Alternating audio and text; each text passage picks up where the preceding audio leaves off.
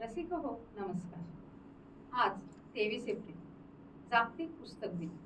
त्यानिमित्ताने केसी संचलित डी झांबरे माध्यमिक विद्यालयाचे इयत्ता 5वीचे विद्यार्थी आपल्यापुढे सादर करत आहे माझं शाळेचं नक्की झालं या पाठाचे अभिवाचन.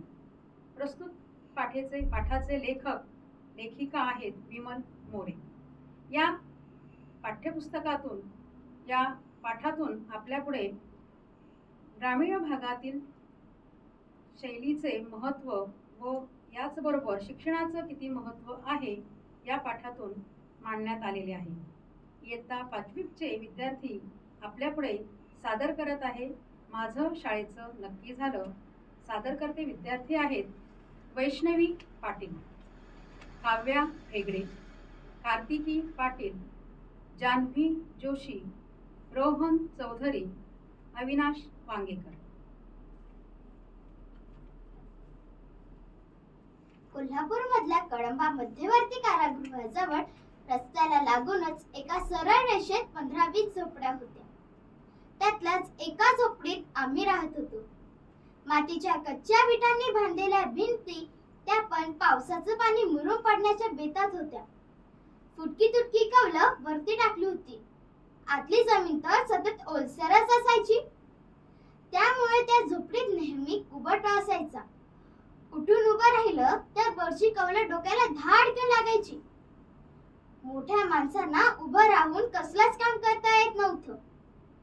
झोपडीत एका बाजूला 4-5 फाटक्या वाकड्या पडलेल्या. त्याच वाकड्या आम्ही अंथरायला पांघरायला वापरत असू. 7-8 जर्मनची ताटं, चिंध्यांची, फाटक्या कपड्यांची 2-3 गाठोडी, पाण्यासाठी 2 जर्मनची पातेली, एक पत्र्याची घागर आणि अशोक दादाला नुकतीच मिळालेली पोलीस खात्याची काळी पत्र्याची पेटी. एवढाच आमच्या घरातला एकूण संसार. शिवाय दारात एक रांजण होता. त्या झोपडीत अशोक दादा, त्याची बायको सुमिती, लिंगाप्पा, मराप्पा, मधू आणि माझा चुलत भाऊ सिद्धू असे 6 जण राहत होते.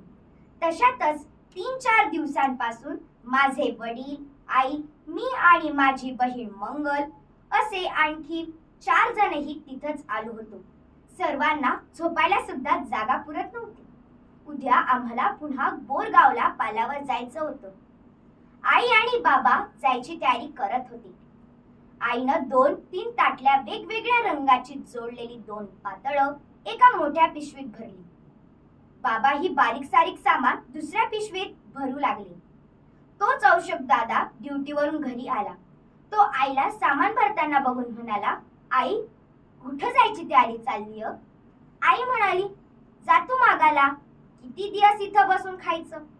दादानं बाबांना विचारलं, बाबा कुठल्या गावाला जाणार? आपल्या लोकांची बोरगावला पाल हाय ती.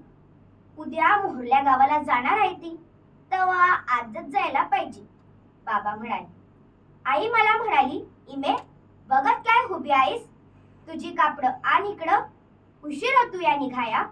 आईचं बोलणं ऐकून दादा म्हणाला, आई इमेला घेऊन जाऊ नको, मी तिला शाळेत घालणार आहे. शाळेत म्हटल्याबरोबरच बाबांचं डोकं भडकलं. बाबा रागानेच दादाला म्हणाले, तुझं डोसकं बिस्कं फिरलंय की काय? पोरीला शाळेत घालतो म्हणतोस? लय शिकलास म्हणजे शेणा झालास वय? दादा शांत आवाजात म्हणाला, बाबा तुम्ही उगीच चिडतात, त्यात एवढं चिडण्यासारखं काय आहे? चांगली शिकली तर कुठेतरी नोकरी करेल. आजकाल शिक्षणावरच सगळं चालतं. दादाचा शहाणपणा बाबांना पटणार होता थोडाच. बाबा म्हणाले, शाळा शिकून काय करायचं? घरात खायला अन्न नाही अन हिच्या शाळेला पैक कुठला आणायचं? त्यापरीस लगीनच कुठं ठरतंय का बघू. तिच्या शाळेचा खर्च मी बघतो, तुम्ही काळजी करू नका. आणि लग्न करायला काही ती मोठी बाई झाली आहे का? आता कुठे ती 6 वर्षांची आहे. तुम्ही तिकडं काय पण करा, मी इमीला शाळेत घालणार आहे. दादा म्हणाला. इतका वेळ गप्प बसलेली आई म्हणाली, तुझा बा असाच आहे. तुझ्या वक्ताला शाळेत घालताना असंच केलं. तुझ्या शाळेसाठी म्या तुझ्या बाचा लय मार खाल्ला. तुझी आजी बरी, ती तुमच्या शाळेसाठी गावात राहिली, भाकरी करून घालाला. तेव्हा तुम्ही शाळा शिकला. तुला, लिंग्याला अन जिन्नूला म्हातारीनं सांभाळलं. आम्ही असं भीक मागत फिरत होतो. तुझ्यामुळंच तर मऱ्या शाळा शिकल्या ती. तुझ्यासारखीच ती पोरं कुठंतरी काम करून खाते आली. तू म्हणतोस तर इमीला ठेव तुझ्याजवळ. शिकली तर शिकल. बाबा आईकडं रागानं बघत म्हणाले, तुम्ही माय लेकरं काय करायचं ते करा. उद्या पोरीचं लगीन झालं नाही म्हणजे घरात ठेवून बसायला लागेल. बाबाचं बोलणं ऐकून बहिणी गालातल्या गालात हसली. बहिणी शाळा शिकलेली होती. बहिणीच्या भावानं म्हणजे दाजीनं ती पायानं अधू असल्यामुळं उद्या कोणी लग्न केलं नाही तर कुठेतरी नोकरी तर करेल म्हणून शाळेत घातलं होतं. आई बाबा मंगल आणि मधूला घेऊन बोर गावाला पालंबर गेले. मला करमत नव्हतं. सारखी आईची आठवण येत होती. पहिल्यांदाच आईला सोडून राहायची वेळ आली होती. आई जाताना म्हणाली होती, माझी सई काढत बसू नको, शाळेतच जात जा. वहिनीवर भांडू नको, ध्यान देऊन शाळा शिंक म्हणजे जाल. दादा 8 वाजता कामावर निघाला होता. दादाला उशीर झाला होता. दादा गडबडीनं कपडे घालत होता. कपडे घालता घालता तो बहिणीला म्हणाला, सुमे, आज इमीला शाळेत घेऊन जा. तिचं नाव शाळेत घालू नये. मला वेळ नाही तर मीच गेलो असतो. पोरं कुठे गेली? घरात कोणीच नाही. पोरांना जेवायला घालून शाळेत पाठव. दादा कामावर गेला. बहिणीनं घरातली सर्व कामं भराभर आवरली. आमच्या घरापासून शाळा फार जवळ होती. 4-5 झोपड्या ओलांडल्या की दगडी बांधकाम केलेली एक मोठी शाळा होती. तिथंच पहिलेचा वर्ग भरत होता.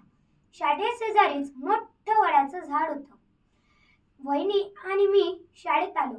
वहिनीनं बाईंना नमस्कार केला. वहिनींची बाईबरोबर आधीचीच ओळख होती. माझे भाऊही त्याच शाळेत शिकत होते. फक्त त्यांचे वर्ग दुसरीकडे भरत होते. वहिनी म्हणाली, हिचं नाव शाळेत घालायचंय. बाईंनी माझ्याकडे निरखून बघितलं आणि माझी माहिती विचारायला सुरुवात केली. मुलीचे पूर्ण नाव काय? वहिनी म्हणाली, विमल नामदेव भोसले.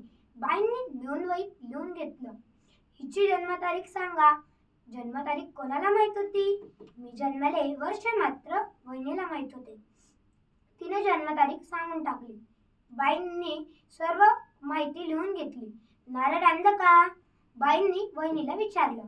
वहिनी बाईंच्या तोंडाकडे बघू लागली. बाई थोडा वेळ थांबून पुन्हा म्हणाल्या, शाळेत नाव घातलं म्हणजे नारळ किंवा ₹1.25 द्यावा लागतो. तुम्हाला माहीत नाही का? वहिनी म्हणाली, मी नारळ नाही आणला. पैसे तर माझ्याजवळ नाहीत, नंतर आणून दे.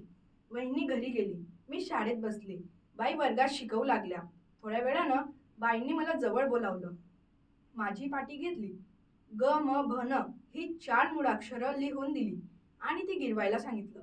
मी माझ्या जागेवर येऊन बसले. दुपारी जेवणाच्या सुट्टीत घरी आले. माझे सगळे भाऊही जेवणासाठी घरी आले होते. आम्ही जेवण करतो न करतो तोपर्यंत शाळेची घंटा झाली. वहिनीनं पैशासाठी 2-3 डबे उघडून बघितले. त्यात काहीच नव्हतं. आमच्या शेजारी पाटलांची मुलगी लता राहत होती. आम्ही तिला लताक्का म्हणायचो. वहिनी लताक्काच्या घरात गेली. मी पण तिच्या मागोमाग गेले. वहिनी लताक्काला म्हणाली, लताक्का, तुमच्याजवळ ₹1.25 आहे का? इमीच्या शाळेत द्यायचंय. मी ते आल्यावर परत करीन. लताक्कानं घरात सगळी शोधाशोध केली आणि माझ्या हातावर ₹1.25 ठेवला. मी तो घेऊन शाळेत गेले आणि माझं शाळेचं नक्की झालं.